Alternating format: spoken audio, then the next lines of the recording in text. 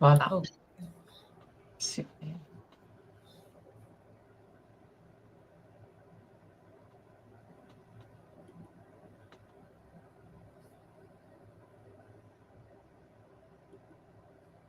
OK. Je crois que nous sommes aussi en direct sur Instagram. Voilà. Donc, bonjour à toutes les amis. Aujourd'hui, nous recevons Christelle Jackson, que vous connaissez certainement. C'est une icône du management, du leadership, de la création de richesses avec un système particulier. Elle combine à la fois la méthode française et la méthode américaine. Elle a développé des entreprises aujourd'hui et est très bien implémentée en France. Aujourd'hui, elle est là pour nous parler de son parcours, nous parler de ses méthodes de création de richesse, de ses stratégies également, de ce qu'elle a remarqué sur le parcours et aussi de comment est-ce qu'une femme, épouse, mère, se développe sur toutes ces casquettes. Et n'oubliez pas également que Christelle Jackson, c'est aussi une fille de Dieu, très engagée. C'est la fondatrice et présidente du ministère Zoé Team, le ministère qui est en collaboration avec Wafo Ministry du docteur révérend Raoul Wafo, que vous connaissez très bien. Vous voyez tous ces événements, tous ces voyages, toutes les grands séminaires qu'il organise, les grandes campagnes d'évangélisation qu'il organise, c'est elle qui chapeaute tout ça. En étant épouse, maman, femme d'affaires accomplie également. Donc, nous avons aujourd'hui une personne qui va beaucoup nous apprendre. Bonjour Christelle, comment vas-tu? Bonjour Matt-Karine, je vais super bien. Déjà, merci pour l'invitation. Et je tiens à saluer tout ce que tu fais au sein de la francophonie, vraiment toutes les activités Merci. que tu fais pour développer le leadership, le business de plusieurs personnes. Je pense que tu dis que je suis une icône, mais toi aussi.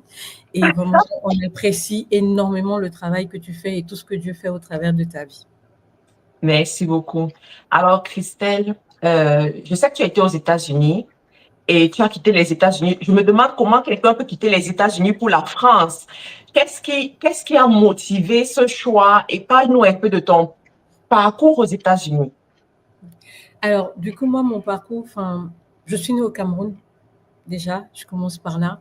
Je suis née au Cameroun et à l'âge de 16 ans, mes parents m'ont envoyé continuer mes études en France. Donc, j'étais dans un petit village. Ensuite, je suis allée à Lyon. Et après Lyon, je suis allée continuer mes études aux États-Unis, à New York plus précisément. Et quand j'ai fini à New York, j'ai commencé ma carrière dans un cabinet de conseil qui s'appelle Bearing Point, hein. J'ai commencé à travailler là-bas. Ensuite, j'ai travaillé pour Ernst Young. Et durant toutes ces années-là, j'ai rencontré mon mari. Voilà. Donc moi, je rencontre mon mari et lui qui doit déménager à Paris. Et donc, on se marie entre-temps. Et en fait, c'est l'amour. C'est mon mari qui me fait Wow. revenir à Paris. Wow. Ah, les hommes nous font toujours choisir d'aller de l'autre côté, se déplacer toujours. Wow. Mais je sais que pendant ton séjour aux États-Unis, tu as développé aussi des stratégies. Aujourd'hui, tu as écrit des livres qui sont disponibles sur Amazon. Est-ce que tu veux nous parler un peu de ta méthode riche? Parce que tu parles beaucoup de cette méthode-là. Est-ce que tu peux revenir dessus, s'il te plaît? Oui, c'est vrai que mon parcours aux États-Unis m'a beaucoup appris, bien sûr, le mindset, hein. Ne pas avoir peur d'oser, en fait. Parce que les Américains, en fait, c'est des personnes qui osent, en fait. Ils sont toutes, c'est vraiment incroyable. Moi, je pense que quand j'ai commencé, j'étais très jeune, j'avais 23 ans, hein. Mon premier job, j'ai acheté ma première voiture seule. À 24 ans, j'avais ma première voiture, c'était une Audi Wow. A4. Et oui, Et non, mais là, en tu fait, étais aux États-Unis. j'étais aux États-Unis, à New York. OK. Et Étudiante, peut-être. non, je venais à peine, c'était mon premier job. Voilà, j'avais décidé, je voulais me faire plaisir. J'ai dit, bon, je travaillais beaucoup. J'étais, enfin, je sais pas s'il y en a qui connaissent un peu le métier de consultant dans les grands cabinets de conseil. Enfin, on a des horaires vraiment incroyables. Donc, je pense que ça m'a beaucoup aidé aussi dans la capacité à travailler, la capacité à poser des idées avec clarté, parce qu'on a toujours des clients qui nous challengent. On passe d'un sujet à l'autre, vraiment des fois sans transition. C'est compliqué, mais on arrive toujours à trouver des solutions. Donc, je pense que ce côté le courage d'oser, ne pas avoir peur de l'inconnu, ne pas avoir peur de se lancer dans des sujets justement qu'on ne connaît pas ou qu'on ne maîtrise pas. Mes années aux États-Unis m'ont beaucoup appris ça en fait. Et s'assumer, hein, ne pas forcément attendre de quelqu'un ou bien que quelque chose tombe du ciel pour pouvoir nous aider, mais vraiment prendre sa vie en main et avoir une vie intentionnelle. Je pense que vraiment ces années aux États-Unis me l'ont beaucoup apporté.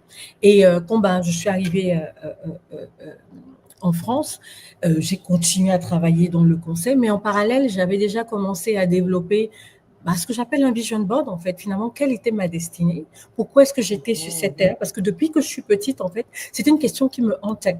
Je posais cette question à tout le monde, sauf que je ne posais pas aux bonnes personnes. Je devais les poser à mon Créateur, à Dieu, justement pour qu'il me révèle quelle est mon identité prophétique. Donc, j'ai commencé un vision board où j'ai écrit un certain nombre de choses vraiment que je recevais dans la prière.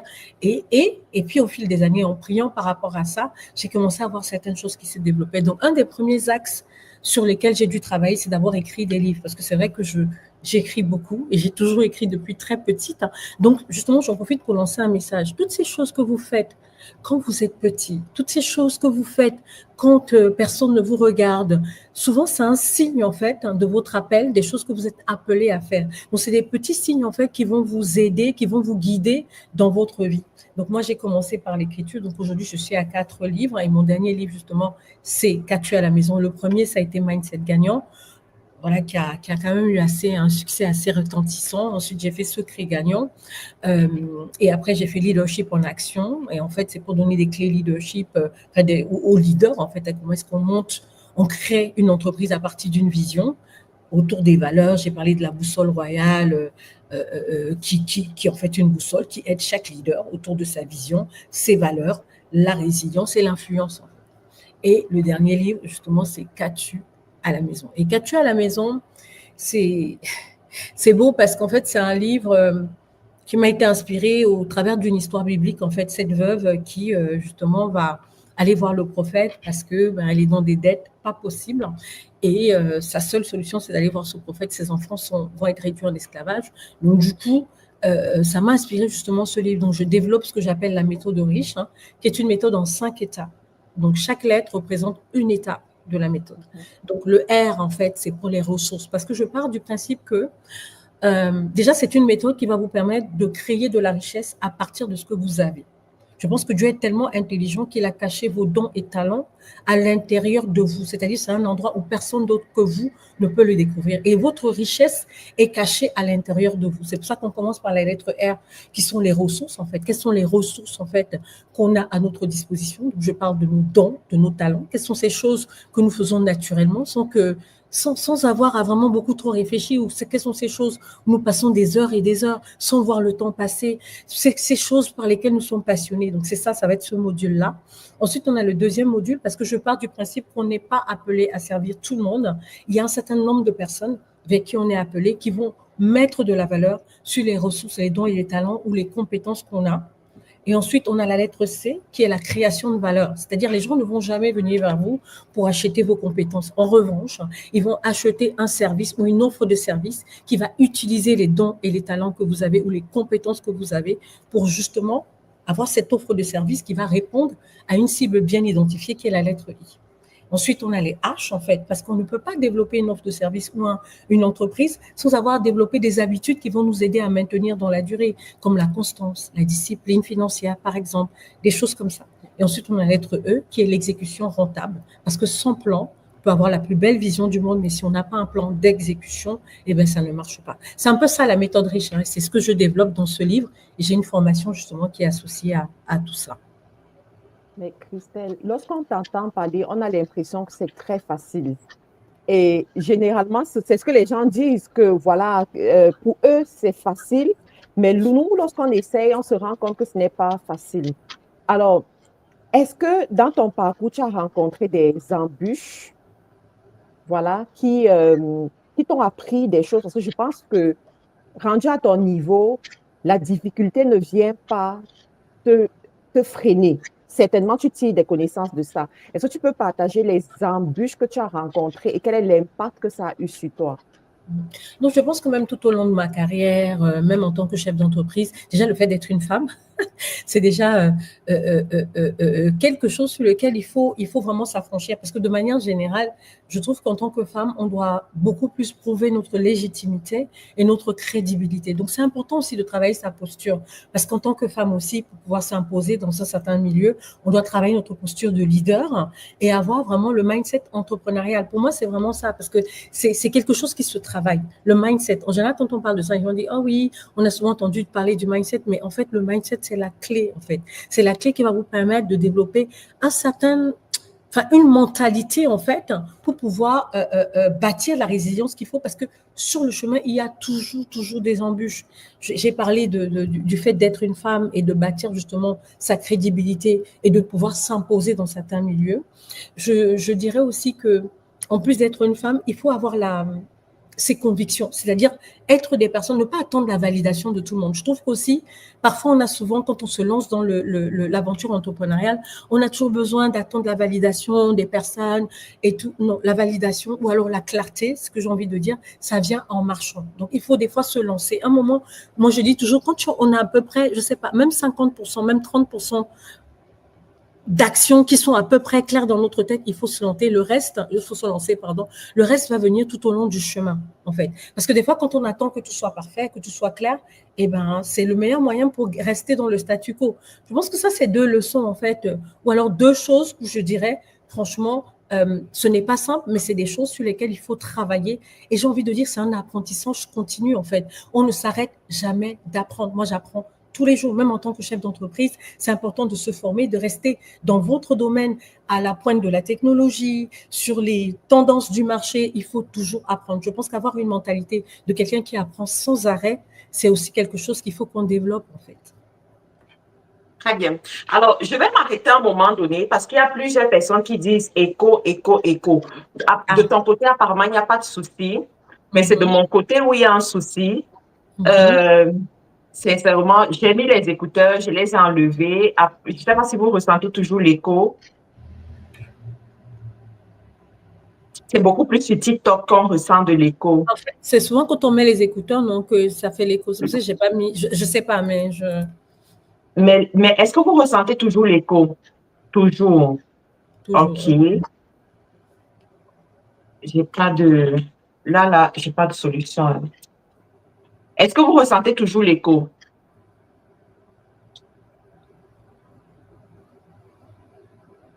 Oui. Je sais pas quoi faire. Si tu enlèves tes écouteurs, ça marche ou pas? Je les ai déconnectés. Hein. Ah, tu les as déconnectés déjà. Pas les écouteurs. Oui. Là, ça doit être. C'est bon ou pas? Non, c'est pas bon. Le son est bon. Le son est correct sur TikTok.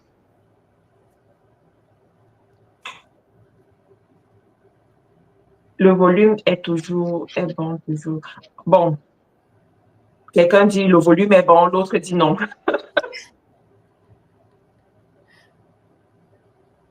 Le son est bon, écho. Juste l'écho. Bon, c'est pas bon.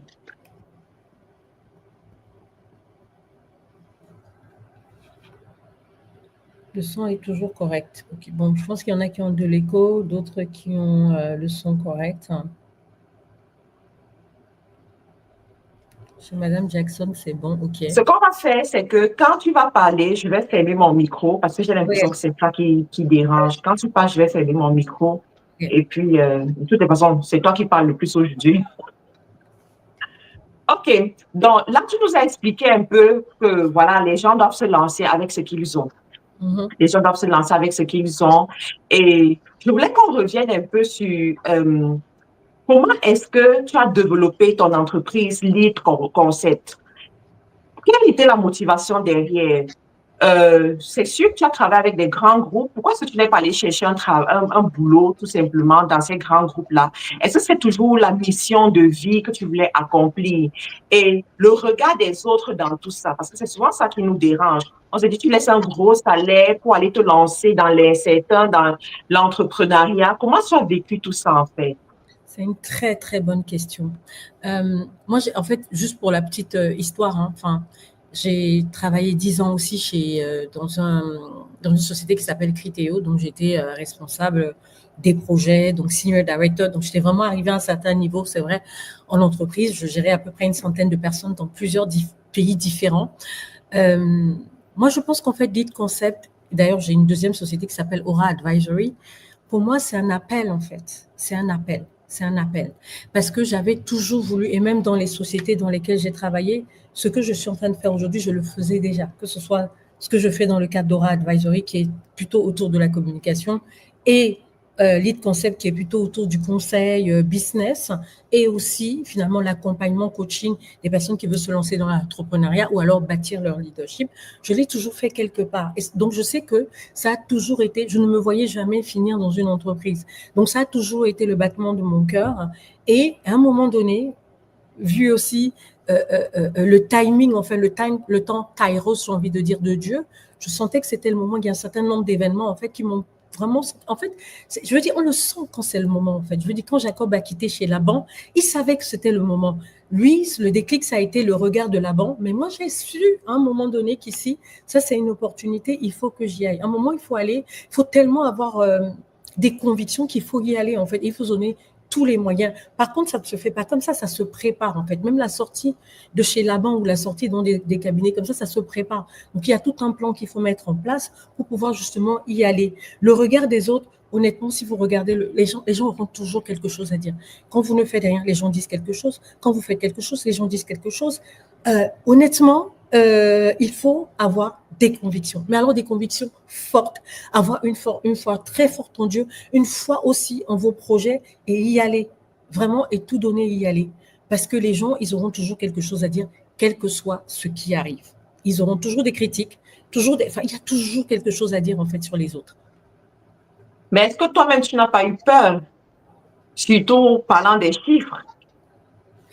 En fait, la peur, c'est quelque chose qui se travaille, en fait. Des fois, je crois que c'est Nelson Mandela qui disait que le courage, ce n'est pas l'absence de peur, mais c'est la capacité à avancer malgré la peur, en fait. Donc, à un moment donné, il faut pouvoir...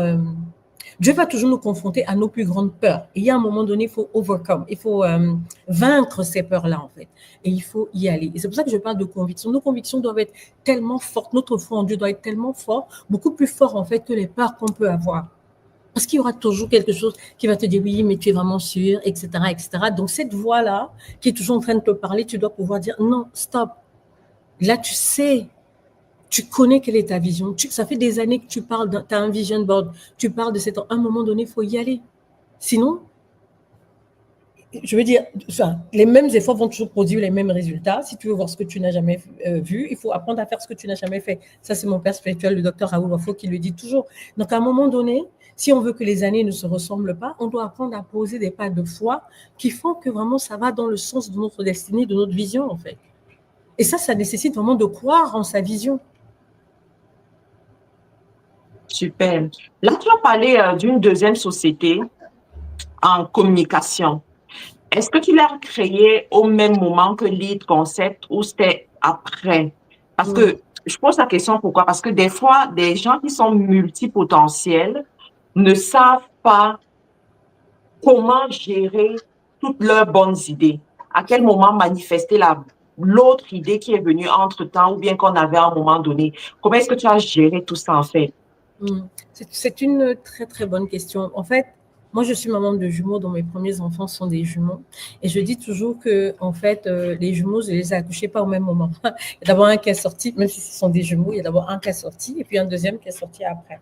Donc, c'est pareil, en fait, on peut avoir beaucoup d'idées, mais c'est important justement de les sortir les uns après les autres. Donc, je ne l'ai pas fait en même temps, je l'ai fait bien après. Et pourquoi est-ce que je l'ai fait? Parce que je me suis rendu compte qu'en fait, ce que je suis en train de faire, même quand j'étais dans l'entreprise, je le faisais déjà. Et après, c'est venu de manière naturelle parce que même mes clients actuels ont commencé à me demander justement des services autour de cela parce que naturellement, dans un cas, je parlais naturellement de tout ce qui est communication, etc. Et je me suis rendu compte que les deux étaient quand même assez liés et qu'il fallait vraiment avoir une structure dédiée. Et c'est pour ça que ce n'est que récemment, en fait, que j'ai mis sur pied. Même si je savais que c'était déjà en moi, enfin, c'était quelque chose qu'il fallait que je mette en place, mais je ne pouvais pas les lancer en même temps. Il faut faire vraiment les uns à la suite des autres. Et donc, c'est important justement de bien enfin le timing en fait pour lancer toutes ces choses est très très très très important. Parce que c'est vrai que tu as raison, parce que moi je rencontre beaucoup de personnes qui sont multipotentielles, ils veulent faire tout en même temps. Ça, c'est le meilleur moyen pour se perdre. On n'a pas bâti des fondations solides, on veut lancer tout en même temps et in fine, tout le monde est perdu, plus personne ne comprend rien. Même la personne qui a lancé elle est complètement perdue. Et sur le marché, plus personne ne comprend rien. Donc il y a quand même un timing, il y a toute une histoire, un storytelling aussi qu'il faut raconter. Et puis derrière, il faut s'assurer que ça répond vraiment à un besoin, en fait, identifié. Alors, apparemment, on a toujours un problème d'écho. Et il y en a qui disent, essayez cela quand tu parles, qu'elle arrête aussi. Donc, arrêtez peut-être le micro. On va essayer, on va voir ce que ça donne. Mais je veux qu'on revienne encore sur la création d'entreprises, là, parce que la plupart des personnes aussi qui sont ici, ce sont des personnes qui ont beaucoup d'idées. Tu as des gens, par exemple, qui se lancent en ligne, génèrent des revenus et entre-temps, je ne sais pas si ça va aller, et entre-temps, ont de l'argent et puis veulent investir dans autre chose. Mais lorsqu'ils investissent dans autre chose, directement, ils sont comme fatigués parce qu'il y a trop de choses à gérer, il faut recruter et puis ça s'en mêle les pinceaux. Donc, comment est-ce que, pour toi, s'il faut hiérarchiser les choses, comment est-ce qu'il faudrait faire en fait? S'il faut hiérarchiser, c'est pour ça que c'est important d'abord d'avoir une vraie vision, en fait, par rapport à ces différentes entreprises.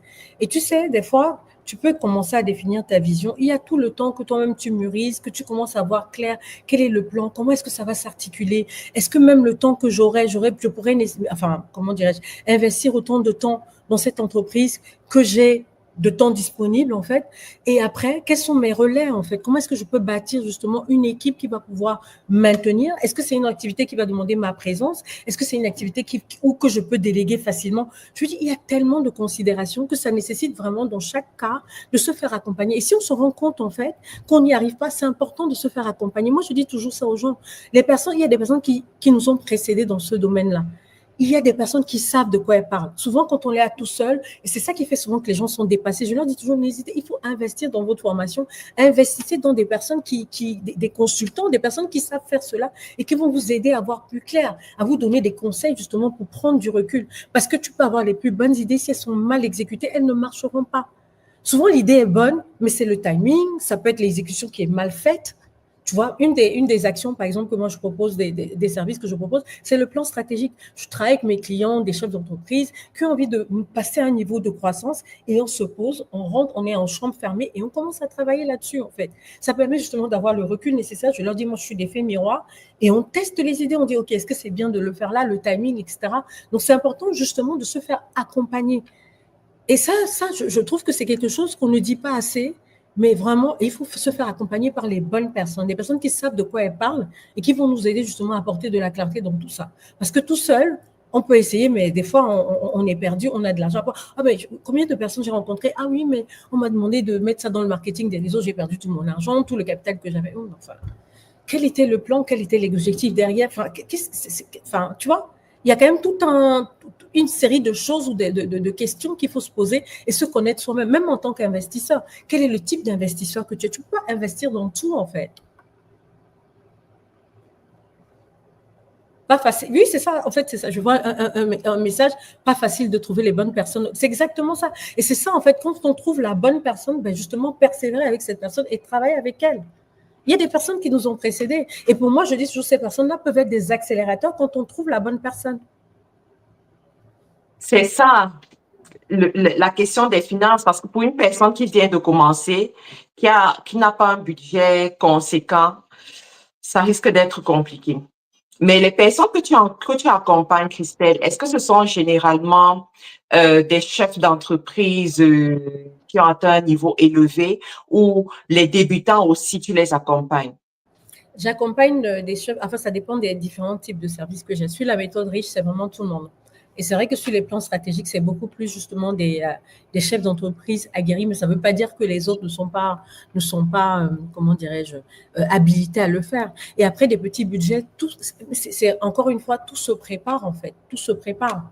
tout se prépare. Il y a des activités, en fait, qui ne nécessitent pas peut-être de la consultation, mais il y a d'autres activités, enfin, on est obligé quand même d'avoir un minimum de structuration pour pouvoir y arriver. Encore une fois, là, ça dépend vraiment du type d'activité vers lequel on a appelé.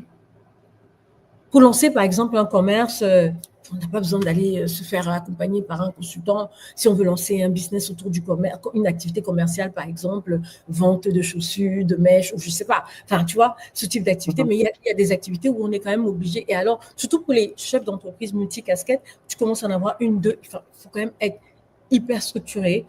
Une bonne gestion de son temps. Je parle aussi de productivité. Hein. La productivité est très, très importante. Comment gérer son temps de manière, surtout après, enfin, et surtout les femmes, en fait, alors qui ont plusieurs casquettes, mères, épouses, etc., en plus chef d'entreprise, là, enfin, on est obligé quand même d'avoir une gestion assez importante, en fait, de son temps. Une très, très bonne gestion de son temps. Ouais, comme tu parles de productivité, c'était l'un des points de cette rencontre aujourd'hui. Toi, tu es extrêmement productive, malgré le fait que tu as 4 garçons. Déjà, avoir un garçon, c'est comme si tu avais une équipe de foot à la maison. Donc, avoir 4 garçons vivant en France avec les réalités françaises, comment est-ce que tu t'organises pour être productive au quotidien? Et ça, c'est une très, très bonne question. Moi, déjà, je ne fais rien sans Dieu. En fait, mon premier secret de productivité, c'est Dieu. Et je pars du principe que quand tu es en train de faire ce à quoi tu as appelé, en fait, tu ne sens même plus que c'est du travail, en fait, tu vois.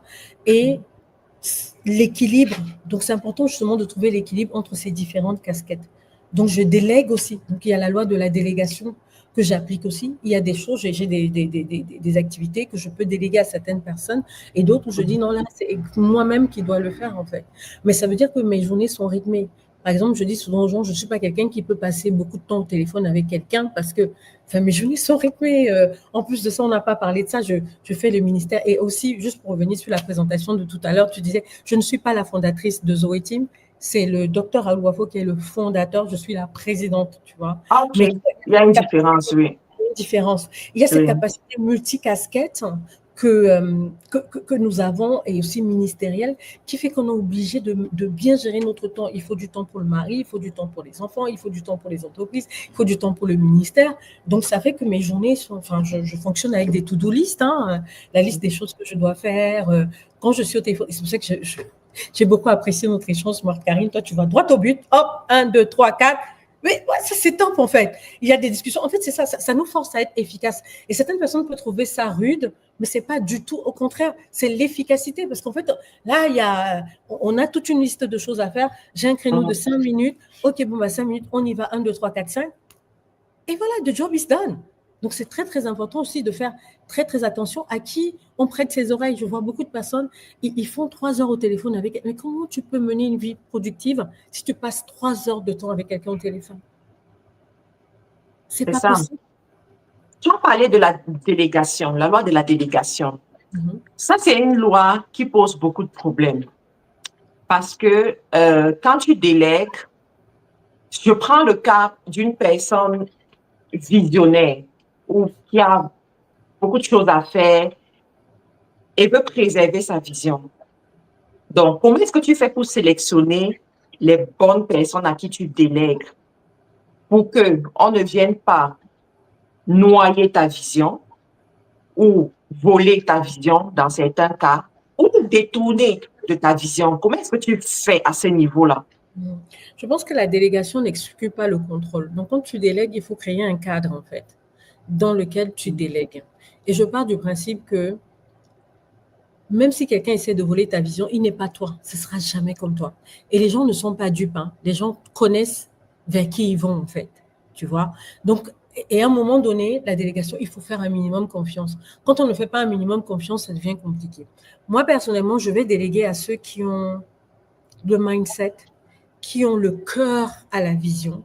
Je sais que vraiment, ces personnes-là sont engagées et elles vont le faire coûte que coûte. Parce qu'en fait, les personnes à qui tu délègues, ce ne sont pas juste des employés, c'est des personnes que tu as acquis à la cause. La vision, c'est pour ça que la vision, pour moi, est tellement importante. Donc, dans la boussole royale que j'ai définie, le premier axe qui est le nord, parce que quand on est perdu, qu'est-ce qu'on recherche? C'est le nord, c'est la vision. Et la vision, je passe beaucoup de temps avec des personnes pour leur vendre la vision. Quand je dis vendre, c'est leur parler de la vision. Faire en sorte qu'ils soient des key stakeholders de cette vision, qu'on soit ensemble, qu'ils portent la vision, qu'ils la connaissent par cœur. Donc, c'est quelque chose qu'il faut vraiment passer beaucoup de temps à expliciter. Parce que souvent, on a des personnes, on leur donne juste des tâches, mais sans prendre le temps de faire en sorte qu'ils soient des key stakeholders de la vision, en fait. C'est-à-dire qu'ils soient partie prenante même de la vision. Donc, c'est beaucoup de travail, beaucoup de temps à investir pour qu'ils soient vraiment partie prenante, que leur vision soit la leur. Parce que la vision, on est des porteurs de vision, mais c'est eux qui doivent la porter avec nous. Sinon, après, on va stagner à un certain niveau. Il y a un certain niveau de croissance qu'on ne pourra pas atteindre, mais parce qu'on n'a pas des gens derrière qui peuvent soutenir. Et après, c'est là où j'ai vu beaucoup de personnes aussi que j'accompagne qui arrivent chez moi, mais en burn-out total, parce qu'ils ont lancé beaucoup de choses et puis, à un moment, ils n'enjoyent plus. Ça devient l'entreprise qu'ils ont créée est devenue une prison, en fait, mais une prison dorée. Je veux qu'on revienne sur certaines choses. Tu sais, lorsque du moins, ça, ce sont des questions qui reviennent très souvent lorsqu'on parle de leadership. Voilà quelqu'un qui a commencé un projet, passe du temps pour former certains membres de l'équipe et quelque temps après, un membre de l'équipe copie textuellement son projet et va le répliquer ailleurs. Selon toi, comment est-ce qu'on gère ce genre de situation quand elle se présente? Tu vois, c'est pour ça qu'en fait, je trouve que les gens, des fois, ils n'ont pas ce qu'on appelle la conscience professionnelle, en fait. On ne peut pas travailler sur quelqu'un, récupérer les idées de la personne. Déjà, même le fait que la personne ait fait ça. Moi, je crois beaucoup à une loi qui est biblique, ce qu'on sème, c'est ce qu'on récolte. Quelqu'un d'autre viendra même voler elle-même la même. Pour moi, en fait, cette personne-là, il faut même pas t'occuper de cette personne. En fait, pour ceux qui passent par ces situations-là, il faut continuer à ne pas se laisser distraire. Il y aura toujours des personnes qui vont venir voler des idées. C'est comme ça. C'est parce que dès qu'on lance quelque chose, même dans le marché, il y a des copieurs, il y a des personnes qui vont créer. Regardez ce que les Chinois ont prospéré aussi juste en imitant et en copiant les choses des uns et des autres. Donc, il y aura toujours des copieurs. L'essentiel, c'est d'être droit dans ses bottes, de rester vraiment fidèle à sa vision, parce que sinon, on peut se détourner nous-mêmes de notre vision en étant tellement aigris parce que les autres ont fait. Il y aura toujours des personnes comme ça. Moi, c'est ce genre de personnes, je ne peux pas bosser avec. Vous les écartez de votre entourage, parce que si ces personnes-là sont capables, elles peuvent vous tuer aussi demain. Je suis désolée, parce que c'est vraiment essayer de tuer votre business. Il faut complètement s'écarter de ce type de personnes et puis se focaliser. Il y a toujours des bonnes et des mauvaises personnes, parce que je suis sûre que même dans un groupe, ça représente la majorité, mais souvent on a tendance la minorité, pardon, on a souvent tendance à voir cette minorité-là comme étant la majorité, mais en fait, c'est pas vrai. Il y a beaucoup de personnes qui viennent, qui donnent leur cœur, qui sont investies et qui ont peut-être pas les mêmes compétences que des personnes qui sont là juste pour essayer de copier les idées et d'aller reproduire, mais ça marchera, enfin, en copiant comme ça, je ne suis pas sûre que vraiment les résultats escomptés seront derrière, parce que la personne qui porte la vision, si elle a été la porteuse de vision ou alors le porteur de vision, c'est parce qu'elle avait quelque chose, et même si la personne le fait, elle ne peut pas entrer dans ta tête pour voler en fait tout ce qu'il y a, parce que ce qu'il voit, ce n'est qu'une partie de ce qu'il y a dans ta tête, tout est ici dedans, et il voit seulement au fur et à mesure des petites bribes en fait. Et il faut continuer, il ne faut rien lâcher en fait. Très bien. Alors, Christelle, on va parler un peu de business pratique. Alors, tu vis en France, tu vis au 16e arrondissement, c'est ça? Voilà. Donc, quand on dit, pour ceux qui ne connaissent pas la France, quand on dit 16e arrondissement, on te parle des zones qui sont proches de la Tour Eiffel. Donc, c'est vraiment des quartiers résidentiels, des quartiers, voilà, tout le monde ne peut pas vivre là-bas, on s'entend. Donc, comment est-ce que tu as fait en tant qu'afro-descendante, je pèse mes mots, pour te hisser à ce niveau de succès en France au point de choisir de vivre au 16e arrondissement? Parce que tu aurais décidé de vivre ailleurs pour avoir des biens qui ne coûtent pas trop cher, voilà, et puis, bon, ne pas avoir trop de dépenses. Donc, qu'est-ce qui a motivé ces choix et qu'est-ce qui a accompagné aussi cette ascension? En fait, moi, déjà, la première des choses, au-delà d'où j'habite, ou du 16e, etc., c'est déjà la grâce de Dieu. En fait, tout est grâce. Je ne sais même pas comment l'expliquer, pour ce n'est dire que tout est grâce, en fait. Et que une fois que j'ai dit que tout est grâce, et que de manière pratico-pratique, il faut aussi avoir une vision de sa vie. Cette vision, je ne l'ai pas seule. Je suis avec mon mari, on est deux. On a toujours une vision, en fait, d'un endroit ou d'un cadre dans lequel on voulait élever nos enfants. Et c'est ça, en fait, qui a principalement motivé nos choix de vie, en fait. On voulait donner un certain cadre. Pourquoi? Parce que nous, on s'est dit, il y a des choses que nous, on n'a pas eues, nos parents, et on est tellement ravis pour nos parents, grateful, reconnaissants pour tout ce qu'ils ont fait pour nous. Mais il y a des choses que nous, on n'a pas eues, qu'on s'est dit, ben, nous, on veut offrir cela à nos enfants. Et c'est donc dans cette perspective, en fait, qu'on s'était posé, on s'était dit, voilà, enfin, on veut habiter à tel endroit et on s'est donné les moyens de le faire. On est des personnes, enfin, mon mari et moi, on travaille énormément, je ne vais pas vous mentir. Nous sommes des bosseurs, on bosse beaucoup, mais au-delà de ça, on avait une vision de vie qu'on voulait, et un cadre familial, un foyer qu'on voulait offrir à nos enfants. Et je pense que c'est ça qui a aussi déterminé tout. Et ça, plus la grâce de Dieu, ça ouvre des portes énormes, en fait. Donc, c'est pour ça qu'il ne faut pas se mettre des limites. Et souvent, tout est mental. Parce qu'on peut arriver, on se dit, bon, ok, bon, bah, moi, j'ai envie de faire. Mais nous, on n'a pas voulu se mettre de barrière. On s'est dit, voilà le cadre qu'on va offrir à nos enfants. Et puis, donnons-nous les moyens de le faire. Et c'est comme ça qu'en fait, c'est de là que tout est parti, en fait. Selon toi, qu'est-ce qui limite les afro-descendants en France? Je pense que numéro un, c'est l'entourage. Ça, vraiment, clairement, l'entourage. Parce que des fois, bon, c'est vrai que je ne fréquente pas beaucoup des milieux, pas énormément, mais le peu de fois où j'ai vu, enfin, des fois, je me rends les discussions, enfin, il y a un homme de Dieu qui avait dit une fois, qui nous avait fait faire un exercice, il avait dit, écrivez sur un papier les 5 personnes avec qui vous passez la plupart de votre temps. On a fait cet exercice, il a dit, votre vie va ressembler à ces personnes-là. Et j'ai envie de dire la même chose à quelqu'un, ouais. Il faut faire la liste des personnes avec qui tu passes le plus de temps, c'est-à-dire au téléphone, avec qui tu côtoies. Tu fais une liste de 5 personnes et tu regardes ces personnes. Et il nous a dit, eh ben, ces personnes-là, ta vie ressemblera à ces 5 personnes. Donc, il faut faire très, très attention. Les associations qu'on a, ben, si on est tout le temps avec des personnes qui pensent d'une certaine manière, ça, inconsciemment, on va penser de la même chose. La Bible dit que les mauvaises compagnies corrompent les bonnes mœurs, en fait. Et donc, si on reste dans... C'est pour ça que c'est important de choisir intentionnellement les personnes avec qui on décide de marcher. Parce que ça va étirer notre mindset, en fait. Ça va nous pousser vers le haut. Moi, de temps en temps, j'aime juste prendre des personnes qui m'inspirent et juste les écouter, en fait. Et là, ça étire mon mindset. Et c'est ça, en fait, principalement qui retarde. C'est l'entourage, en fait. Les personnes à qui on laisse nos oreilles. Quelqu'un parle de la discrimination. Est-ce que tu penses qu'il y a de la discrimination en France? Il y en a partout. Il y en a partout. Mais ça ne doit pas être une excuse. On s'est beaucoup caché derrière la discrimination pour dire qu'on ne peut pas faire ci, on ne peut pas faire ça. Vraiment, nous sommes, enfin, pour ceux qui sont enfants de Dieu, nous sommes les enfants du roi des rois. On est capable aussi de se hisser et de s'imposer dans certains milieux. Et tout, ça devient intentionnel. Quand on commence à vivre sa vie de manière intentionnelle, eh ben, c'est un processus, mais on finit toujours par y arriver. Et ça part par une décision de se dire non, aujourd'hui, et il faut identifier en fait ce qui nous manque. Il faut qu'on apprenne à se dire, et je trouve que malheureusement, les afro-descendants, on n'investit pas assez dans l'éducation, on n'investit pas assez dans la connaissance en fait. On a toujours l'impression que c'est superflu. Moi, j'ai vu des personnes qui dépensent plus sur leur mèche que sur leur éducation. Mais on va aller où comme ça? Je suis désolée, hein, mais j'ai pas de problème avec les mèches. J'ai pas de problème avec les mèches, mais en fait, on ne peut pas mettre, je sais pas, il y a des personnes qui mettent 500 €, mais tu vas leur demander d'investir 500 € sur une formation, ils vont te dire c'est trop cher. Oui. On va aller où comme ça? Ça, c'est une réalité. Mais tout à l'heure, tu as parlé de l'éducation des enfants. Tu as dit, vous avez choisi, en fait, vous aviez une vision pour l'éducation de vos enfants et tout. Et vous avez choisi un quartier qui allait correspondre aussi à ce que vous voulez donner à vos enfants. Selon toi, quelles sont les clés pour bâtir des enfants leaders de demain? Moi, je pense que déjà, on va revenir à la Bible. La Bible dit que instruit l'enfant selon la voie qu'il doit suivre et il ne s'en détournera pas quand il sera grand. On vit dans un monde qui est en perpétuel mouvement, mutation, c'est-à-dire tous les repères sont perdus. La seule chose qui ne change pas, c'est la parole de Dieu.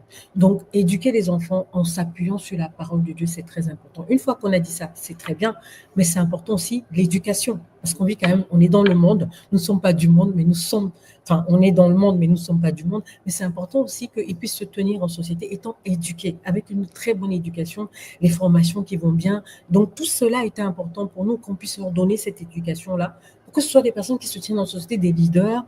Donc, voilà, donc je passe du temps à leur enseigner la parole de Dieu, mais aussi à leur faire leurs devoirs, pour s'assurer aussi que ce sont des enfants demain qui vont se tenir en société, qui seront des personnes, qui seront des leaders de demain, des chefs d'entreprise, bref, ce que Dieu voudra qu'ils soient en fait. Donc c'est très, très important, surtout dans le monde dans lequel il y a énormément de choses qui changent. C'est important de leur enseigner la parole et qu'ils puissent découler, enfin, que la sagesse justement divine puisse découler de là pour les impacter en fait, et que ce soit des gens qui soient ancrés et solides justement dans la foi.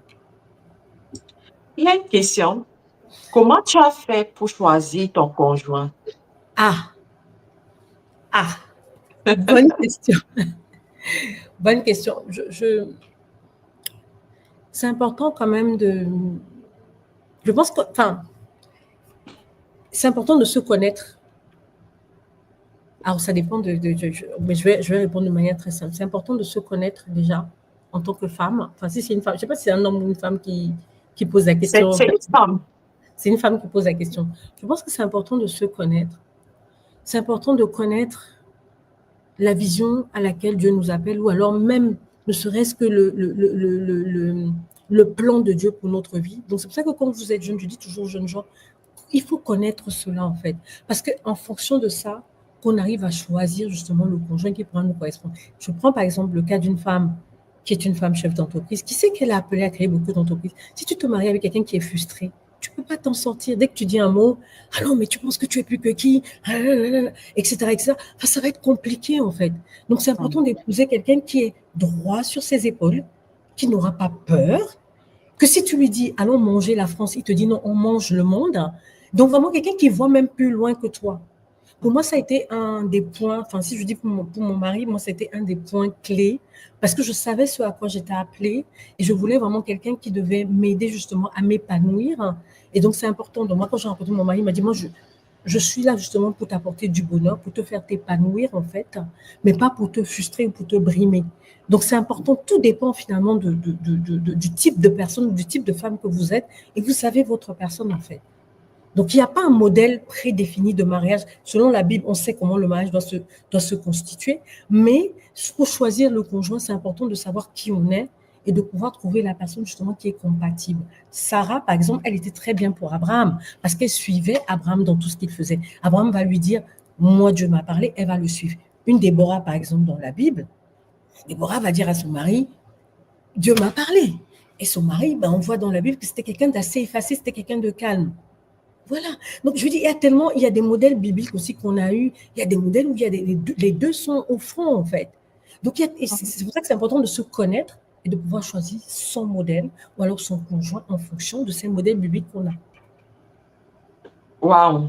Il y a des questions qui sont rentrées. En fait, il y a des réactions sur TikTok et certainement aussi sur YouTube et Facebook.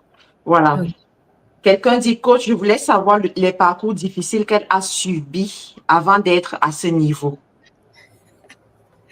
Les parcours difficiles, beaucoup de choses. Hein. Enfin, ça prendrait même un livre. Hein, si je peux parler des parcours, j'ai subi du rejet, j'ai subi le manque de confiance en moi. Chaque fois que je dis ça, les gens ne croient pas. Hein.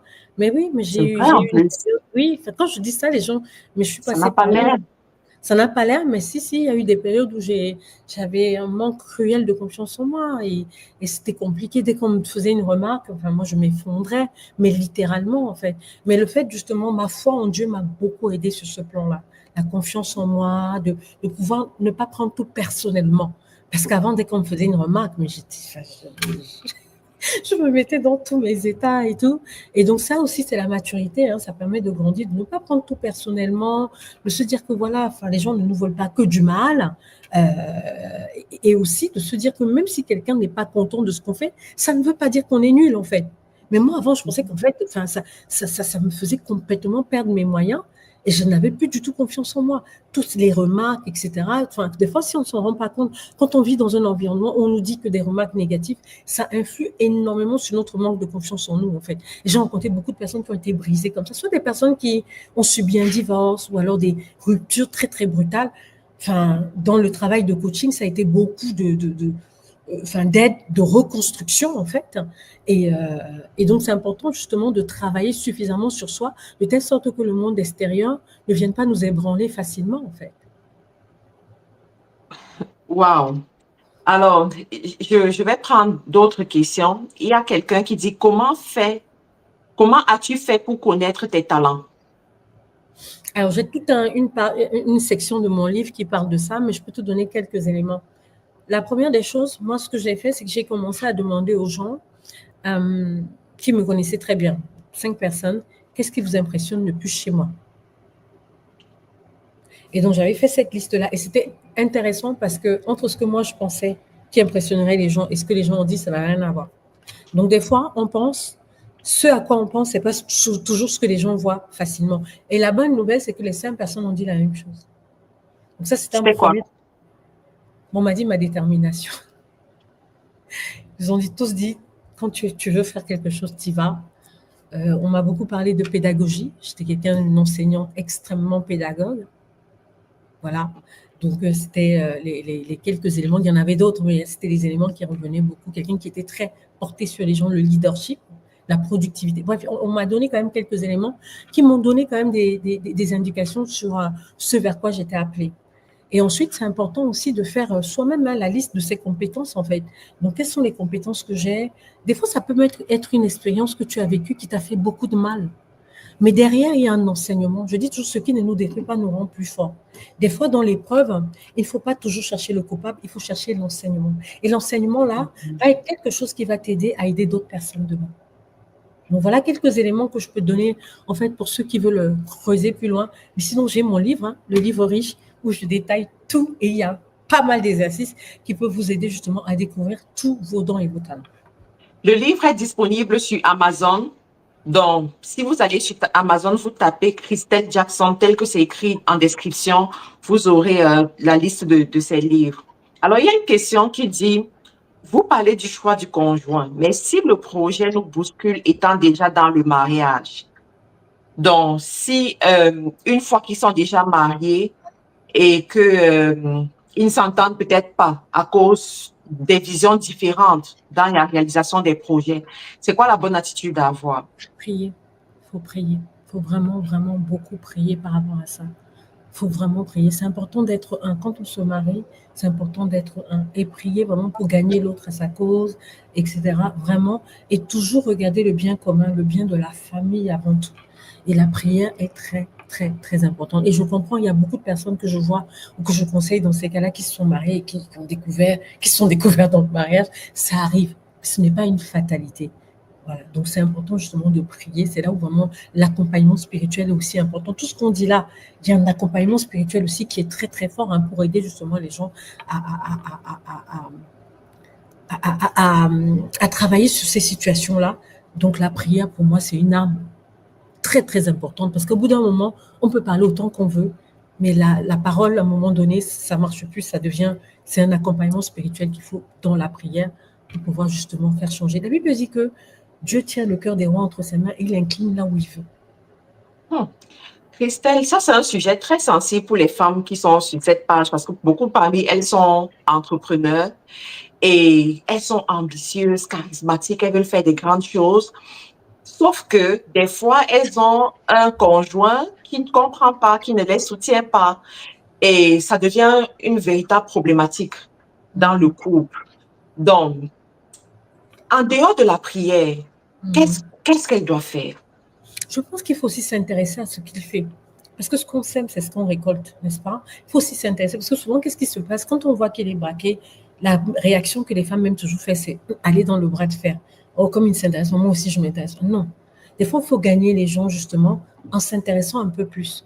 Et quand il va voir peut-être que tu as semé ça, eh bien lui, peut-être il viendra et se dire, ok, mais finalement, qu'est-ce que tu fais? Oh, voilà. Donc, il y a beaucoup de clés, en fait, aussi sur lesquelles il faut. Et souvent, les hommes, ils sont gagnés par la douceur plutôt que par le rapport de force, en fait.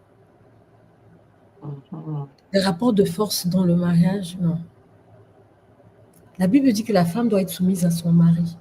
Femmes, soyez soumises à vos maris. Et maris, aimez vos femmes comme Christ a aimé l'Église. Et je conçois qu'il y a beaucoup de femmes peut-être qui marchent avec le Seigneur et les hommes ne marchent pas avec le Seigneur et que c'est compliqué. Et c'est là où je dis la prière est très, très importante. Moi, je crois beaucoup au pouvoir de la prière, en fait. Et la prière change beaucoup de choses. Et il faut y croire, en fait. Merci les amis, tapotez le live sur TikTok, je vous en prie. Vous n'êtes pas en train de tapoter, c'est pas gentil. Tapotez le live. Est-ce que vous vous rendez compte de toutes les clés qu'elle nous donne? On ne peut pas entreprendre avec quelqu'un qui n'adhère pas à notre projet. On n'est C'est pas pour ça obligé qu'on te demande de prier. Oui, on te demande de prier. On ne peut pas entreprendre avec la personne. Tu peux entreprendre de ton côté et après, maintenant, gagner la personne dans la prière à cette cause-là. Les gens, c'est pour ça que je parlais tout à l'heure de validation. Enfin, à un moment donné, quand tu as vraiment cette conviction-là, il faut y aller aussi, en fait. Mais après, maintenant, tout dépend de la situation. Maintenant, si tu attends de ton mari qu'il l'investisse, ça, c'est autre chose. Donc, si lui, maintenant, tu as de l'argent. Non, mais c'est vrai, parce que des fois, les gens posent des questions, ils n'expliquent pas très bien le contexte. Maintenant, si tu attends qu'ils mettent de l'argent, c'est normal qu'ils te disent que non. Il faut que tu me donnes des garanties, il faut que tu m'expliques, en fait. Et nous, les femmes, des fois, on est très émotionnelles dans la façon d'expliquer les choses. Non, il faut se poser, comme tu présentais devant ton chef un véritable projet et tu expliques. Ça, c'est très important. Tu as dit quelque chose, on est souvent très émotionnel dans la façon de présenter. On va dire, ah oui, c'est parce que j'aime ça. Je veux lancer tel projet, ça me plaît. J'ai vu mon ami le faire, moi aussi je veux le faire. Mais est-ce que tu as les chiffres? Exactement. Est-ce que tu as fait tes devoirs par rapport à ça? Et lorsqu'il n'est pas d'accord, on dit, ah, il me met les bâtons dans les roues. Voilà, c'est ça. C'est exactement ça. Non, c'est tout un... Il faut aussi considérer ton mari comme ton CEO. Je suis désolée, il y a des femmes, elles se soumettent plus facilement à leur chef qu'à leur mari. Non, c'est ton chef chez toi. Tu viens, tu présentes ton projet. Lorsque ce mari n'est pas ambitieux, c'est-à-dire il se contente juste de son salaire, de ses petits revenus, il n'est pas ambitieux et ça ne le dérange pas. Qu'est-ce qu'il faut faire? Mais c'est pas grave, si c'est toi qui es ambitieux, ben tu fais ton truc et puis tu lui expliques. C'est pas que tu dois faire dans ton coin, tu lui expliques ce que tu es en train de faire et tu essaies de le gagner aussi à cette cause. Puisque tu n'attends rien forcément de lui, en fait, mais tu veux au moins qu'il soit embarqué dedans, qu'il écoute et tu essaies de l'intéresser. De la même manière que quand tu vas te battre pour un client, pour l'intéresser à tes services, tu fais la même chose chez toi. Wow. Très bien. OK. Il y a des hommes qu'on ne peut pas respecter de par leur comportement. En tout cas, il faut, je sais pas, enfin, je sais pas de quel comportement on parle. Enfin, c'est beaucoup trop vague pour que je puisse commenter ça.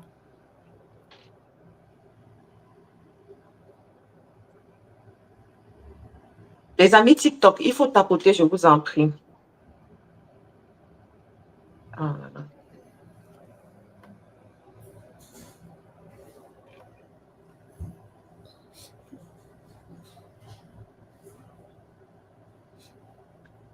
Alors, on va parler un peu de la gestion de l'argent dans le couple, puisqu'on on est dans le couple et ça les intéresse. Qu'est-ce que tu penses du 50-50? 50-50, comment ça? C'est-à-dire moitié-moitié, chacun supporte la moitié de la facture, quoi. Mais je pense qu'en fait, il n'y a pas de, c'est pas un, dans ça, c'est pas un one size fits all. Chaque couple a ses réalités. Et je vois beaucoup de gens, en fait, ils voient un couple, ils essaient d'imiter le fonctionnement d'un certain couple. En fait, chaque couple a ses réalités. Il y a des couples, c'est du 70-30. Il y a des couples, c'est 75-25. Il y a des couples, ça peut être 10-90. Il y a des couples, ça peut être 50-50.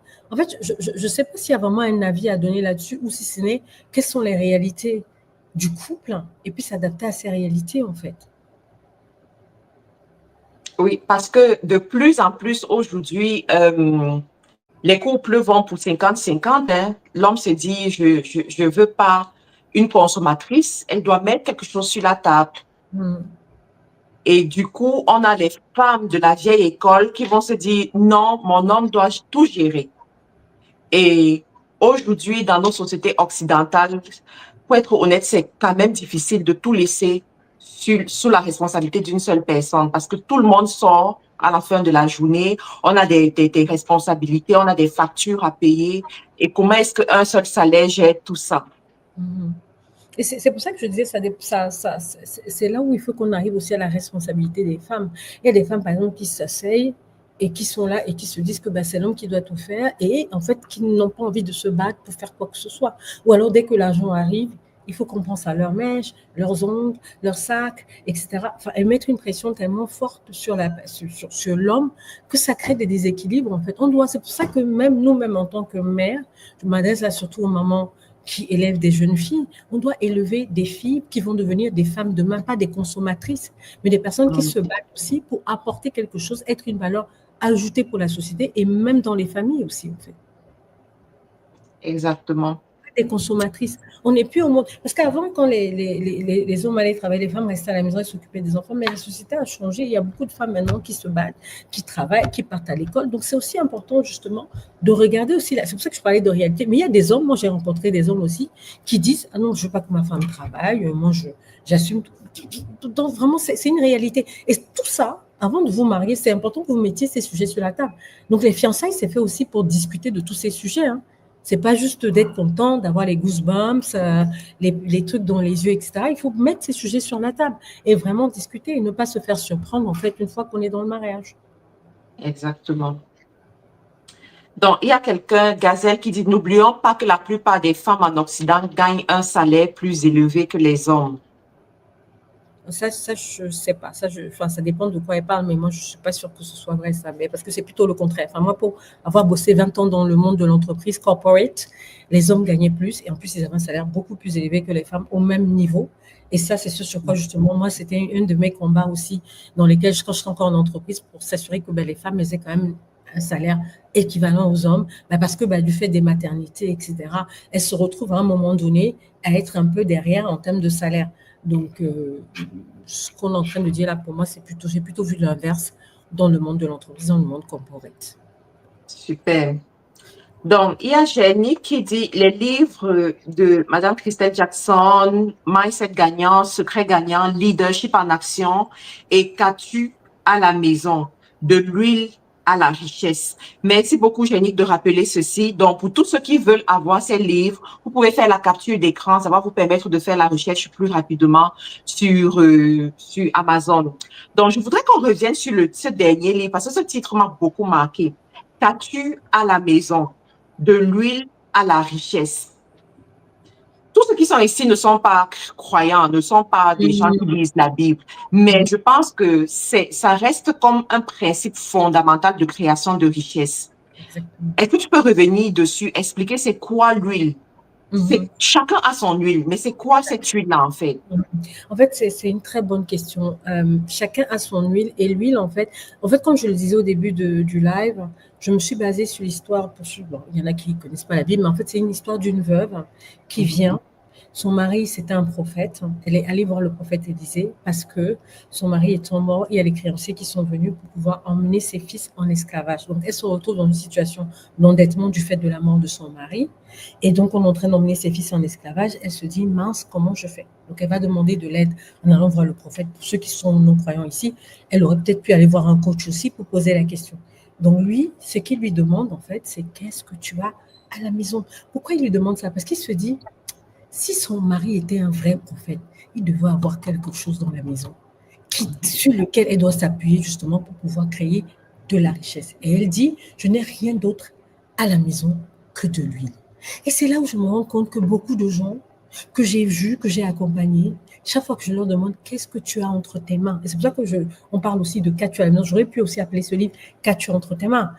Qu'est-ce que tu as entre tes mains? Quand je leur pose cette question, ils vont dire: rien, sauf juste une habileté à bien parler, rien sauf une habileté à bien communiquer, rien sauf une habileté à bien vendre, rien sauf une habileté à bien connaître les chiffres.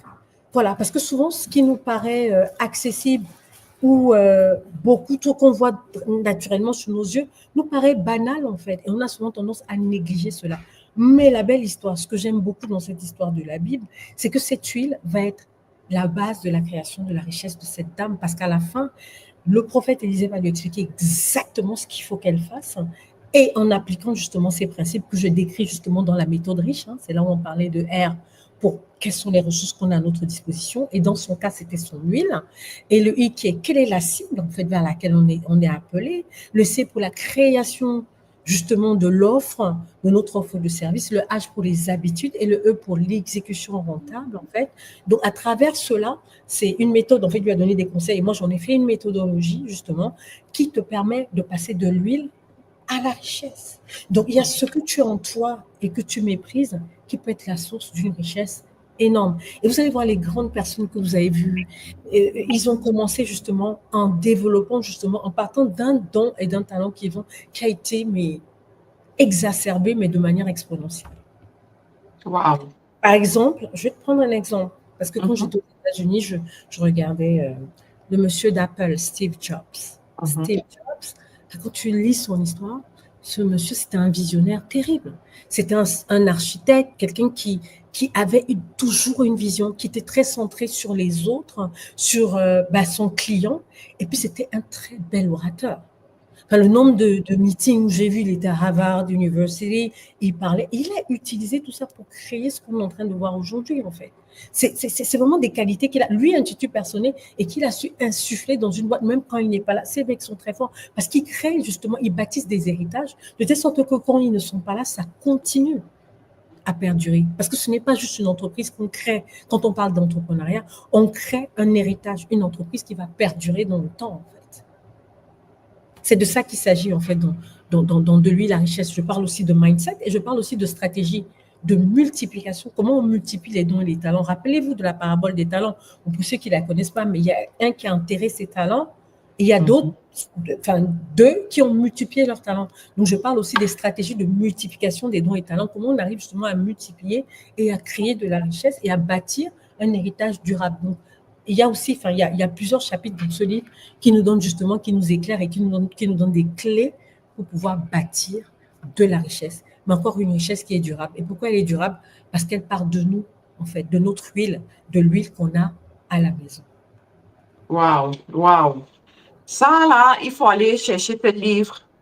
Il faut avoir ce livre-là pour davantage comprendre. Et moi, où tu peux revenir davantage, c'est les stratégies, là. Parce que c'est sûr que chacun peut identifier avec tout ce qu'on a dit ici aujourd'hui, c'est quoi mon huile. Mais comment est-ce que je convertis ça pour aller prendre l'argent qui se trouve dans la poche de mon prochain? Comment est-ce que ça me rapporte effectivement de l'argent qui me fait vivre au quotidien? Alors, il y a une chose que moi je dis toujours, il faut qu'on dise la vérité. Nous, on se doit de dire la vérité aux gens. Ce n'est pas un processus qui se fait du jour au lendemain. Là, je Mhm. vous ai décrit un livre, mais j'ai une formation qui dure 3 mois pour Ouais. aider les gens justement à passer par ce processus. Ce n'est pas quelque chose qui est naturel. C'est quelque chose sur lequel on a des clés. Parce que même dans toute chose, il y a d'abord l'étape de l'awareness, c'est-à-dire on prend conscience de quelque chose. Et ensuite, il y a toute une étape, en fait, où moi-même, je suis là en train de coacher les personnes pour les accompagner tout au long de ce processus. Quelque chose que je vous décris en 5 minutes, vous ne pouvez pas, enfin, c'est des années, plus de 20 ans de travail, en fait, qui m'ont permis de bâtir cette méthode, et une méthode qui fonctionne parce qu'elle a été éprouvée. Et j'ai énormément de personnes qui témoignent de ce que ça leur a apporté. Mais c'est un accompagnement et ça prend du temps. Donc déjà, il faut rentrer dans un processus de se dire, je suis dans un processus de transformation personnelle et je dois aller pas à pas.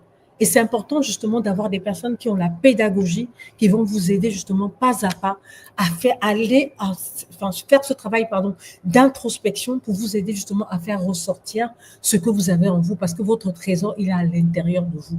Donc, je peux vous donner toutes les descriptions, mais c'est un travail parce qu'au-delà de ça, j'ai des exercices aussi que je fais faire aux gens, en fait. C'est tout un travail où on s'assoit, où j'ai des personnes qui ont pleuré en coaching en me disant, mais j'ai jamais vu ça. Enfin, ce truc, les matériaux de formation, il y en a qui sortent en pleurs tellement ça les a bouleversés, ça a secoué quelque chose en eux. Et tous disent, mais il faut vraiment du temps. Moi, tous mes élèves m'ont dit, c'est pas quelque chose qu'on fait comme ça. C'est quelque chose qui prend du temps. Donc, c'est important justement, et c'est pour ça que je parlais au début de ce live de vie intentionnelle. À un moment donné, il faut faire du temps pour les choses qui sont importantes. C'est très important de se faire accompagner et de prendre du temps pour les choses qui sont importantes. Et tout part de nous. Investissez. Il y a des gens qui connaissent toutes les vies des stars.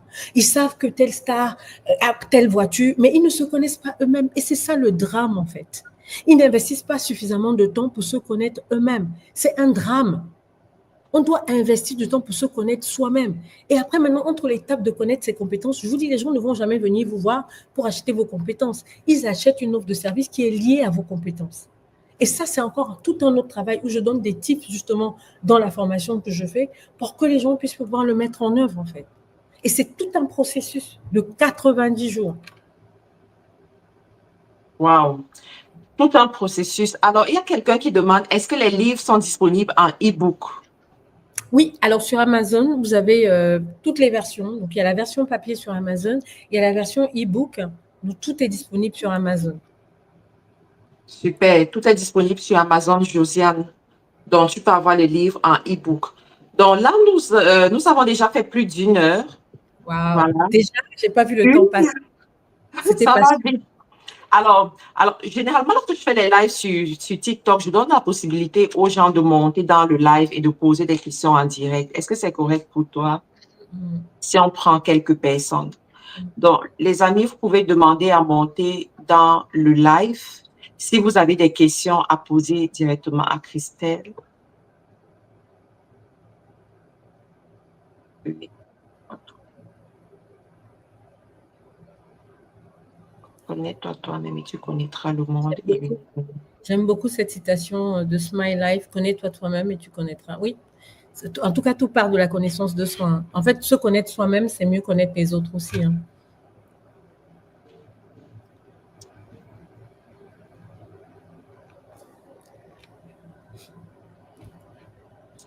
Il y a quelqu'un qui demande, et la formation est à combien?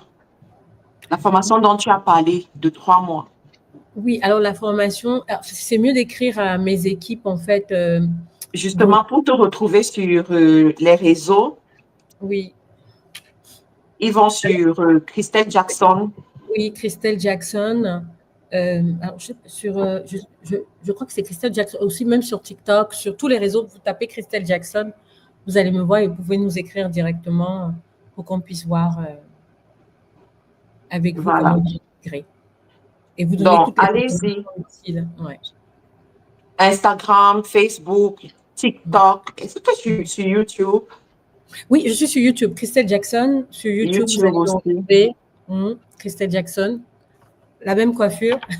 Vous allez voir ma tête. Vous allez me retrouver sur YouTube aussi. YouTube, Instagram, Facebook, TikTok, Threads, Twitter.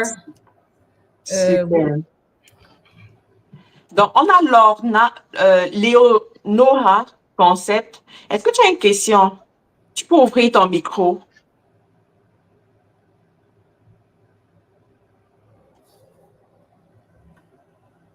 Léonora, est-ce que tu veux poser une question? Non, peut-être pas. On ne t'entend pas.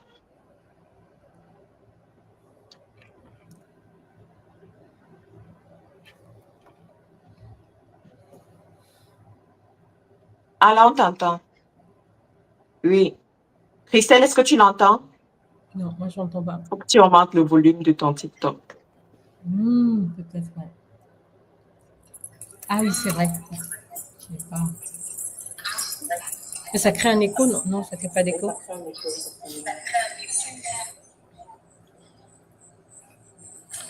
Ah oui, ça crée un écho. C'est pour ça que j'avais... Ouais.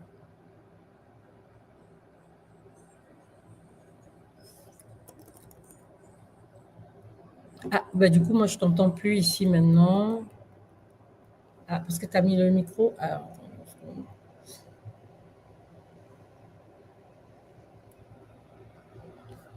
tu m'entends? Ok.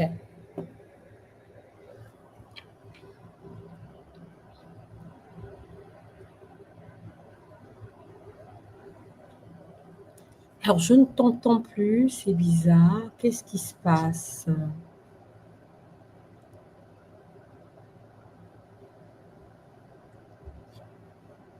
Tu as coupé ton micro, Marc-Karine? Moi, je ne t'entends plus. Oui. Ok. En fait, j'essayais de comprendre ce que Léonora disait, mais finalement, elle n'a pas posé de questions. Mais il y a Josiane qui dit, qu'est-ce que tu peux dire sur l'équilibre de la vie à ton niveau? Pour l'équilibre de la vie, pour trouver, je pense qu'il faut faire le temps pour les choses qui sont importantes pour nous. Souvent, les gens nous disent, je n'ai pas le temps, mais souvent, c'est un manque de bonne définition des priorités. Il faut faire le temps pour les choses qui sont importantes pour nous. Moi, j'ai fait la liste de ce qui est important pour nous. Pour moi, par exemple, ma famille, ma foi, mon appel, mes entreprises. Donc, en fait, je dresse la liste il y a des connexions aussi qui sont importantes pour moi. Donc, quand on dresse toutes ces listes-là, on arrive à trouver justement un temps pour pouvoir faire ce qui est important pour moi. Donc, la famille, c'est quelque chose qui est très important. Donc, moi, j'investis du temps sur la famille, le ministère, ma foi, enfin, voilà. Mes enfants, ma famille, quand je dis ma famille, mes enfants, mon mari, les entreprises, mon appel. Donc, tout ça, c'est important. Et pour ça, je suis obligée de faire justement du temps pour toutes ces choses qui sont importantes pour moi. Parce que vous vous Super. connaissez vous-même, hein, donc c'est important justement d'identifier qu'est-ce qui est important pour vous. Et moi, ce qui est important pour moi, ben, je le définis sur la parole de Dieu. Super, super. Donc, on a Christelle qui disait, c'est mon problème. Christy qui disait, c'est mon problème actuel aussi. Apparemment, elle a également ce problème d'équilibre. Voilà. Il faut dresser la liste de ce qui est important pour vous et puis trouver le temps justement pour faire ce qui est important pour vous. Des fois, ça va vous demander peut-être de manquer de sommeil. Hein. Ça m'est arrivé. Mais c'est important en fait. Faites cette liste. Et des fois, quand vous allez faire la liste, et puis prenez, en fait, il y a un exercice que je fais souvent à mes coachés. Faites la liste de ce que vous faites en une journée. Vous allez vous rendre compte qu'en fait, vous passez du temps à rien faire. Ou alors pas sur les bonnes priorités. Faites juste ça. Je me réveille le matin, je fais quoi? Essayez ça une journée. Et je pense que ça va vous dégoûter. Vous allez vous rendre compte qu'en fait, vous avez beaucoup de temps, mais vous ne l'avez pas attribué aux bonnes priorités. Il y a quelqu'un qui dit, quelles sont les étapes à suivre quand nous sommes jeunes et ambitieux, mais nous manquons d'orientation? La question est très vague. Hein. Enfin, sur quoi, jeune, ambitieux, étape à suivre sur quoi? Sur les études, sur le business, sur... C'est vrai. C'est pas très clair. Si la personne peut juste clarifier ses études, parce que si tu es jeune, pour moi, je vais te dire, c'est important, fais tes études. Il faut faire ses études. Il faut faire, c'est important, parce que c'est ça qui va te donner la crédibilité demain. Et puis même quand si tu veux même avoir des clients pour pouvoir leur parler, il y a quand même une crédibilité qu'on doit apprendre à bâtir. Donc, c'est très important. Les études, c'est très important. Il y a une autre question qui dit, comment arriver en tant que maman solo, car bien souvent, les finances ne suivent pas? Ben moi, j'ai envie de dire, il faut se donner les moyens. Peut-être qu'il faut 1 ou 2 jobs. Il faut faire la liste en fait de ses besoins et comment s'assurer que on arrive à répondre à ses besoins. Peut-être que ça va nécessiter pour cette maman. Je connais des personnes, des mamans qui ont 2 jobs en fait. Ouais. Oui, j'en connais beaucoup. Parce qu'elles étaient mamans solo, elles ont dû faire le père et la mère. Dans mon entourage, il y en a même, je connais, qui ont eu 5, 6 garçons. Elles avaient 2 jobs en fait. Et eux, ils vont te dire qu'ils ont grandi à la mode militaire parce qu'il n'y avait pas le temps, il fallait faire ci, ça. Il y en a qui sont sans, toujours dans les mêmes conditions, en fait. Il y a la personne Carole qui a posé la question tout à l'heure. Elle a précisé business et vie professionnelle. La question sur les étapes à suivre. Oui, c'est ce que j'ai dit depuis le début. Faites votre vision board. Listez ce vers quoi vous avez été appelé. Établissez un plan d'action par rapport à ça. Vous ne pouvez pas lancer tout d'un coup, mais quelle est l'activité où vous pensez qu'il y aura le plus rapidement de clients et commencez à travailler dessus. Plutôt que de regarder Netflix, par exemple, eh bien, vous travaillez là-dessus. Ou les séries, enfin, les jeunes maintenant, partout le temps, tu n'as pas vu cette série, j'ai pas le temps de regarder mes séries, je leur dis ça. J'ai pas le temps de regarder la télé, même la télé, je la regarde pas. Mais c'est important, justement, tout ce temps. Et c'est pour ça que je dis, en fait, pour revenir à la question de tout à l'heure, faites la liste, vous allez vous prendre le temps, là, qu'on passe à regarder Netflix ou les séries. On peut faire tellement de choses dans ce temps imparti. On va finir avec ceci, Christelle. Aujourd'hui, on a un réel problème de santé mentale de plus en plus qui se fait remarquer au milieu des entrepreneurs. Beaucoup qui pètent les plombs à un moment donné, beaucoup qui s'assimilent à un chiffre d'affaires et lorsqu'ils n'atteignent pas le chiffre d'affaires, ils ont l'impression qu'ils perdent leur valeur.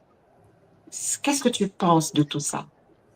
C'est une très bonne... En fait, quand tu me dis ça, ça me touche le cœur parce que souvent, en fait, pour avoir accompagné certaines personnes, je me rends compte que dans cette génération, à cause des réseaux sociaux, on a un vrai problème de fake life et de comparaison. Il y a beaucoup de gens sur les réseaux sociaux qui se présentent tels qu'ils aimeraient être, mais tels qu'ils ne sont pas. J'en connais plein comme ça. Ce que j'appelle la fake life, en fait. Et donc, du coup, cette fake life-là, on a beaucoup de jeunes entrepreneurs qui se comparent à cette fake life alors qu'elle est fake, c'est-à-dire qu'elle est fausse, en fait. Et du coup, ça crée une pression énorme parce que les gens se comparent sans arrêt. Et qu'est-ce que ça fait? Ben, ça crée une pression énorme sur les gens. Et du coup, on arrive à ces problèmes de santé mentale. Mais quand on est droit dans ses bottes et qu'on comprend que la vie, c'est un processus et que Rome ne s'est pas fait en un jour, eh ben, on commence à travailler et on suit un processus sans se comparer aux autres, en fait. C'est pas, ce que vous voyez sur les réseaux sociaux, c'est pas la vérité. Il y a des choses, les gens, ils racontent des choses sur les réseaux sociaux. Souvent, ce n'est pas la vérité. Donc, soyez droit dans vos bottes. N'essayez de ressembler à personne d'autre que vous-même, que la vision que vous avez dans votre schéma mental. Travaillez à atteindre cette vision, pas à ressembler à quelqu'un d'autre, pas à avoir le chiffre d'affaires de quelqu'un d'autre, pas à avoir la vie de quelqu'un d'autre, en fait. Ça va éviter beaucoup de problèmes mentaux. Mais après, il y a aussi d'autres personnes qui, en fait, je suis aussi quelqu'un qui est débordé parce qu'il y a d'autres personnes qui ne savent juste pas gérer leur temps, en fait. Ça, c'est encore autre chose. Donc ça, c'est la deuxième catégorie de personnes. Et ces personnes, il faut les aider justement à mieux gérer leur temps. Pourquoi? Parce que je vois beaucoup d'entrepreneurs, toute leur activité repose sur leurs épaules. Vous ne pouvez pas monter un business sustainable qui va durer quand tout repose sur vos épaules. C'est impossible. C'est pour ça qu'on est très, très vite dans le burn-out, très, très vite débordé, très, très vite dépassé par les événements. Waouh. Waouh, waouh, waouh. Moi, personne ne peut me faire rêver au point de me perdre. Je Elle a suis raison. moi et je reste moi. C'est Super. tout. C'est tout. C'est super. On a d'autres questions qui sont rentrées. Quels sont vos 3 secrets de succès? Alors, les 3 secrets de succès, moi, je dirais en premier, c'est ma foi en Dieu. C'est-à-dire pourquoi? Parce que ça me permet d'être stable et constante. Là où beaucoup de gens vacillent et ont des succès en forme de ballon, un cours c'est là, un cours c'est là, ou alors des zigzags, ça monte, ça descend. Mais ma foi en Dieu me garde stable, en fait, dans une certaine stabilité. La deuxième chose, c'est que je choisis mes combats. Je ne suis pas appelée à tout faire. Je suis appelée à faire un certain nombre de choses. Donc, je ne veux même pas tout faire. Je veux faire exactement ce à quoi je suis appelée. Et une troisième clé de succès, c'est que j'enjoy my life. J'aime bien vivre, j'aime la belle vie, j'aime bien manger, j'aime bien prendre des vacances, j'enjoy my life. On ne vit qu'une fois. Et je suis quelqu'un une bonne vivante, qui vit bien, qui aime les belles choses et les bonnes choses. Et ça, vraiment, je ne lésine pas là-dessus, quoi. Justement, quand tu dis ça, ça me fait penser à une question que j'ai vue ici. Dis-nous un peu comment se présente une journée type pour toi. Ah. Alors, en fait, comme j'aime une vie aussi par cycle, moi, je commence souvent ma journée dans la prière, dans la méditation avec le Seigneur. J'aime toujours commencer comme ça en douceur. Je déteste commencer ma journée en courant avec beaucoup de bruit. J'aime pas le bruit le matin. J'aime être calme. Et ensuite, j'ai toujours ma petite liste de choses que je dois faire pour la journée. Donc, je la regarde, je travaille dessus. J'aime bien écrire, donc j'écris. Et après, j'ai mes clients aussi, avec lesquels je travaille. Des fois, ça dépend. Ma vie est cyclique, en fait. Donc, il y a des moments où j'ai énormément de boulot, d'autres moments où c'est un peu plus calme. Mais c'est vrai que je peux juste parler peut-être du début et de la fin. J'aime commencer avec Dieu et finir avec Dieu. Mais dans le calme, la méditation. Et puis, en journée, voilà, je bosse vraiment, je maximise mes journées. Et c'est très important pour moi aussi, passer du temps avec mon mari, les enfants, quand ils rentrent de l'école, du travail, on discute, on passe du temps à table, ensemble. Et le reste du temps, je bosse. Super. Donc, les amis, je pense qu'on va clôturer ce live parce qu'on a déjà pris plus d'une heure. Plus d'une heure. C'est sûr qu'il y a des nouvelles personnes qui se connectent, de nouvelles personnes qui veulent. Il y a des gens qui posent des questions sur la mission de vie. S'il vous plaît, allez suivre les vidéos de Christelle Jackson sur Instagram, YouTube et même sur TikTok. Sur TikTok, voilà, TikTok et voilà, YouTube, Facebook également. Donc, allez la chercher. Vous pouvez vous abonner directement sur ces réseaux. De plus en plus, les gens consomment TikTok. Donc, allez vous abonner sur son compte TikTok TikTok où il y a beaucoup de contenu. Pour ceux qui veulent travailler avec elle, allez-y.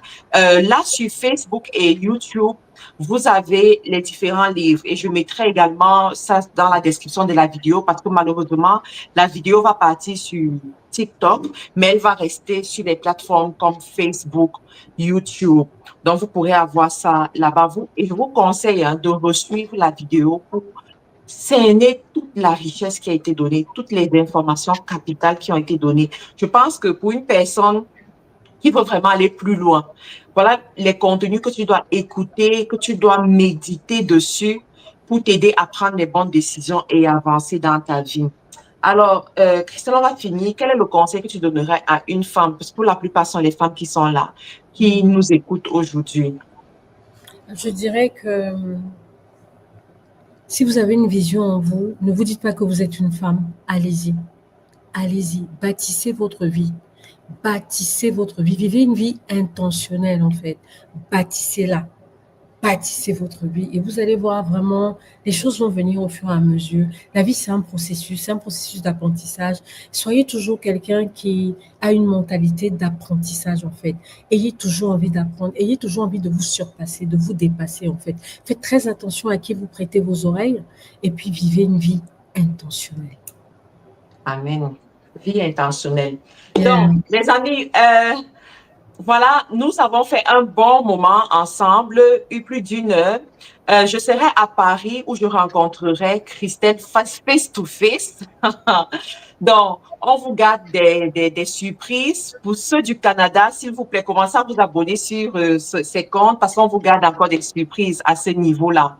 Et Christelle nous fera l'honneur d'être avec nous le 6 septembre aussi pour la conférence Leadership et Business du côté de Paris, le 6 septembre, avant la rentrée scolaire des enfants et tout. On passera ces moments ensemble. Je vous remercie. Merci encore, Christelle, pour ce temps. Je sais que tu es très occupée, mais tu as disposé du temps pour venir nous faire, pour nous partager toutes tes connaissances, nous partager tes méthodes, la méthode riche. Ça, c'est vraiment une méthode très forte pour une personne qui veut se développer. Et la plupart de ceux qui sont ici sont très business minded. Ce sont des gens qui aiment ajouter des zéros dans leur compte d'affaires. Merci encore et j'espère qu'on aura l'opportunité de faire des lives comme ça parce que je pense que nos communautés en ont besoin, que de temps en temps on les nourrisse de cette façon, quoi. Avec plaisir et vraiment merci Matt-Karine pour tout le travail que tu fais. Vraiment, je sais que tout ce que tu es en train de faire, c'est un héritage aussi que tu es en train de bâtir, pas pour la francophonie, pour les nations. Et vraiment, je sais que ça ira plus loin. Et merci encore de m'avoir invité. Et vraiment avec plaisir pour venir sur ce plateau et discuter avec de sujets business. J'ai vu par les questions que c'est une communauté qui est très business-minded et qui aime beaucoup les zéros à rajouter sur leur chiffre d'affaires. Donc vraiment avec plaisir. Et on se verra bien sûr quand tu seras à Paris le 6 septembre. Super. Merci les amis, merci pour votre présence et on se retrouve une autre fois. Bye bye. Bye bye.